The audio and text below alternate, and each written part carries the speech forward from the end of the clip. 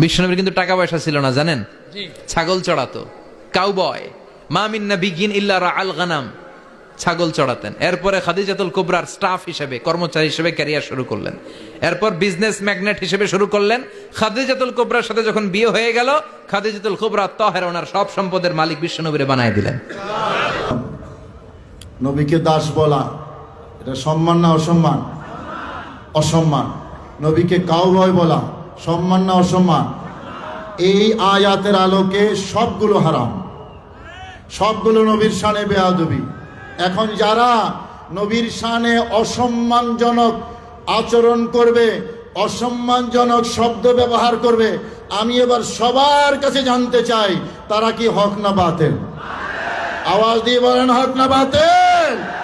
তাইলে হক বাতিল চিনার মোটামুটি একটা থার্মোমিটার, প্যারামিটার পাওয়া গেছে না? ভুল করবেন না তো আর। যারা সম্মান করে তারা হক, যারা অসম্মান করে তারা মাশাআল্লাহ। এখন বলবেন হুজুর নবীজি তো বকরি চড়াইছে, সহিহ বুখারীতে আছে নবীজি বকরি চড়াইছে। হাদিসে আছে মা মিন নাবিয়্যিন ইল্লা ওয়াকাদ রাআল গানামা, সকল নবী বকরি চড়াইছে। নবীজি বলেছেন আমি আহলে মক্কার বকরি চড়াইছি কি দিয়া? কয়েকটা মানে কিছু করারিত বলা হয়, কিরাত বলা হয়। হুজুর নবীজি তো বকরি চড়াইছে, তো নবীকে কাউবয় রাখাল বলতে অসুবিধা কি? একটু মনোযোগ দিতে হবে বাবা আমার এই কথাটা বোঝার জন্য। পাবো আপনাদের মনোযোগ? বলবো হুজুর নবীজি তো বকরি চড়াইছে, তো বকরি যখন চড়াইছে রাখাল বলতে অসুবিধা কোথায়? প্রশ্ন হইতে পারে কি পারে না? আওয়াজ দেন, পারে কি পারে না? খুব ভালো। তো জবাব কি দিবেন? জবাব লাগবে না? সহিহ বুখারী শরীফ কিতাবু বদউল ওহী একেবারে শুরুতে প্রথম খণ্ডের প্রথমে কিভাবে নবীজির কাছে ওহী শুরু হয়েছে, একেবারে প্রথম লম্বা একটা হাদিস আছে।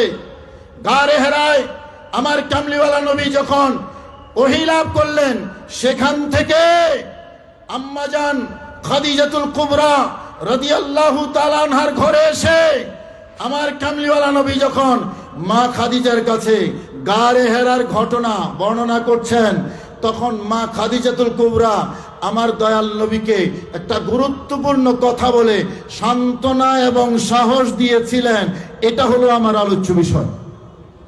আমার উলামায়ে কেরাম সবাই আছেন, সবাই জানেন এখানে হযরতে খাদিজাতুল কুবরা বলেছেন ওয়াল্লাহি লা ইউখজিকাল্লাহু আবাদা ইন্নাকা লাতাসিলুর রাহিমা ওয়া তাহমিলুল কাল্লা। ইয়া রাসূলুল্লাহ, আমি আল্লাহর শপথ করে বলছি আল্লাহ আপনাকে কশ্চিন কালেও অসম্মান করবেন না, অপমান করবেন না, কারণ আপনি আত্মীয়তার সম্পর্ক অটুট রাখেন, এক নম্বর কথা। দ্বিতীয় নম্বর বললেন ওয়া তাহমিলুল কাল্লা, আপনি বোঝা বহন করেন। হুজুর আমি ঠিক বলছি তো হুজুর? ওয়া তাহমিলুল কাল্লা, আমার ওস্তাদজিও আসছেন, হুজুর ঠিক ঠিক মতো বলছেনই। ওয়া তাহমিলুল কাল্লা, আপনি বোঝা বহন করেন। বোঝা, আল কাল মানে হলো বোঝা বহন করা। বোঝা ওই বটতলী স্টেশনে গিয়ে দেখেন বোঝা কেমনে বহন করে, কদমতলী গিয়ে দেখেন হযরতে আয়েশা খাদিজাতুল কুবরা আমার দয়াল নবীকে বলছেন হুজুর তাহমিলুল কাল্লা, আপনি বোঝা বহন করেন। ওই বকরি চড়ানো যখন আমার দয়াল নবীর কাজ, আর বোঝা বহন করো আমার দয়াল নবীর কাজ। এখন এই কাজের আলোকে আমি যদি ওখানে নবীকে কাউবয় বলি, আমাদের দেশে যারা বোঝা বহন করে এদেরকে আমাদের দেশে বলা হয় কুলি। কি বলে?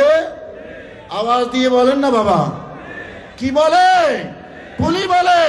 সহিহ বুখারী, মুসলিম, আবু দাউদ, তিরমিজি, নাসাই, ইবনে মাজাহ, মুসনাদ আহমদ, শুআবুল ঈমান সহ হাদিসের যত পাণ্ডুলিপি আছে যত কিতাব আছে সকল কিতাবে আম্মাজান খাদিজাতুল কুবরার এই কথাটা আছে আমার দয়াল নবীর জন্য, ওয়া তাহমিলুল কাল্লা, ইয়া রাসূলুল্লাহ আপনি বোঝা বহন করেন।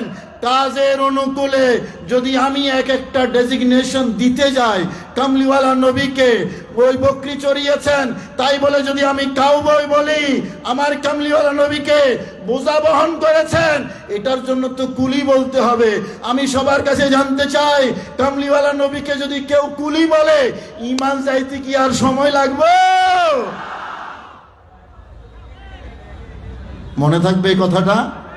আওয়াজের মনে থাকবে? কিন্তু কিছু কিছু হুজুরদের এই বোধ নাই, খবরও নাই। কাজ করা আর ডেজিগনেশন লাগাইয়া দেওয়া দুইটা এক জিনিস নয়। আমার দয়াল নবী জীবনে বহু কাজ করেছেন, ঘরের কাজ করেছেন, করেন নাই? আওয়াজ দেন, করেন নাই? তো যারা ঘরের কাজ করে তাদের তো একটা ডেজিগনেশন আমাদের সমাজে আছে, অপমা, এটা কোনো সম্মানজনক না। আমার ভাইয়ের, আমি যদি এটা লাগাইয়া দেই, এটা নবীর জন্য সম্মানজনক হবে না।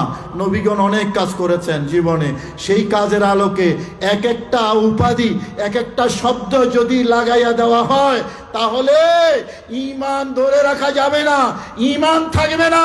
সে কারণে তাহমিলুল কাল্লা, নবীজি বোঝা বহন করার কারণে যেমন নবীকে কুলি বলা যাবে না, বকরি চড়ানোর কারণে নবীকে কাউবয় বলা যাবে না। কথা বলেন ঠিক কিনা? এটা হলো এই আয়াত, লা তাকুলু রাঈনা ওয়া কুলু উনজুরনা, ওয়া কুলু উনজুরনা, রাঈনা বলো না। আচ্ছা, যে কথাটা বলছিলাম হুজুর, আমি তো এটা ইচ্ছা করে বলি নাই, আমার এই উদ্দেশ্য আসিল না। সাহাবায়ে কেরামকে যে আল্লাহ নিষেধ করেছেন, সাহাবায়ে কেরামের কি নবীকে অসম্মান করার জন্য বলছিল নাকি এটা? আরে মিয়া, আপনি কোন নিয়তে বলছেন না বলছেন? একজনকে গালি দিয়ে কইলেন, ভাই আপনাকে গালি দেওয়া আমার উদ্দেশ্য না। হবে? কথা বলেন, হবে? আপনি উদ্দেশ্য করেন আর না করেন, নবীর শানে এই সকল অপমানজনক শব্দ ব্যবহার করা হারাম, হারাম, হারাম, কুফরি। কথা বলেন ঠিক না? আমার আল্লাহ সেই রাস্তা বন্ধ করে দিয়েছেন 1400 বছর আগে। নতুন করে এই রাস্তা খোলার কোনো সুযোগ, আওয়াজ দেন, কোনো সুযোগ?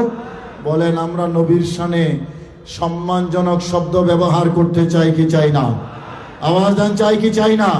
যে কথার নবীর সম্মান আছে আমরা সে কথা বলবো, যে কাজে নবীর সম্মান আছে আমরা সে কাজ করব। ঠিক কিনা বাবা? অসম্মান যেখানে আছে, অপমান যেখানে আছে, আমাদের জীবন যেতে পারে, আমরা সেটা করব না, সেখানে যাব। আমার আল্লাহ আমাদেরকে সেই গাইডলাইন দিয়েছেন কোরআনে কারিমে, নবীর দরবারের সম্মানের প্রটোকল নির্ধারণ করে দিয়েছেন কে? আল্লাহ আমাদের সবাইকে বুঝার এবং আমল করার তৌফিক নসিব করুন, আমিন। আসসালামু আলাইকুম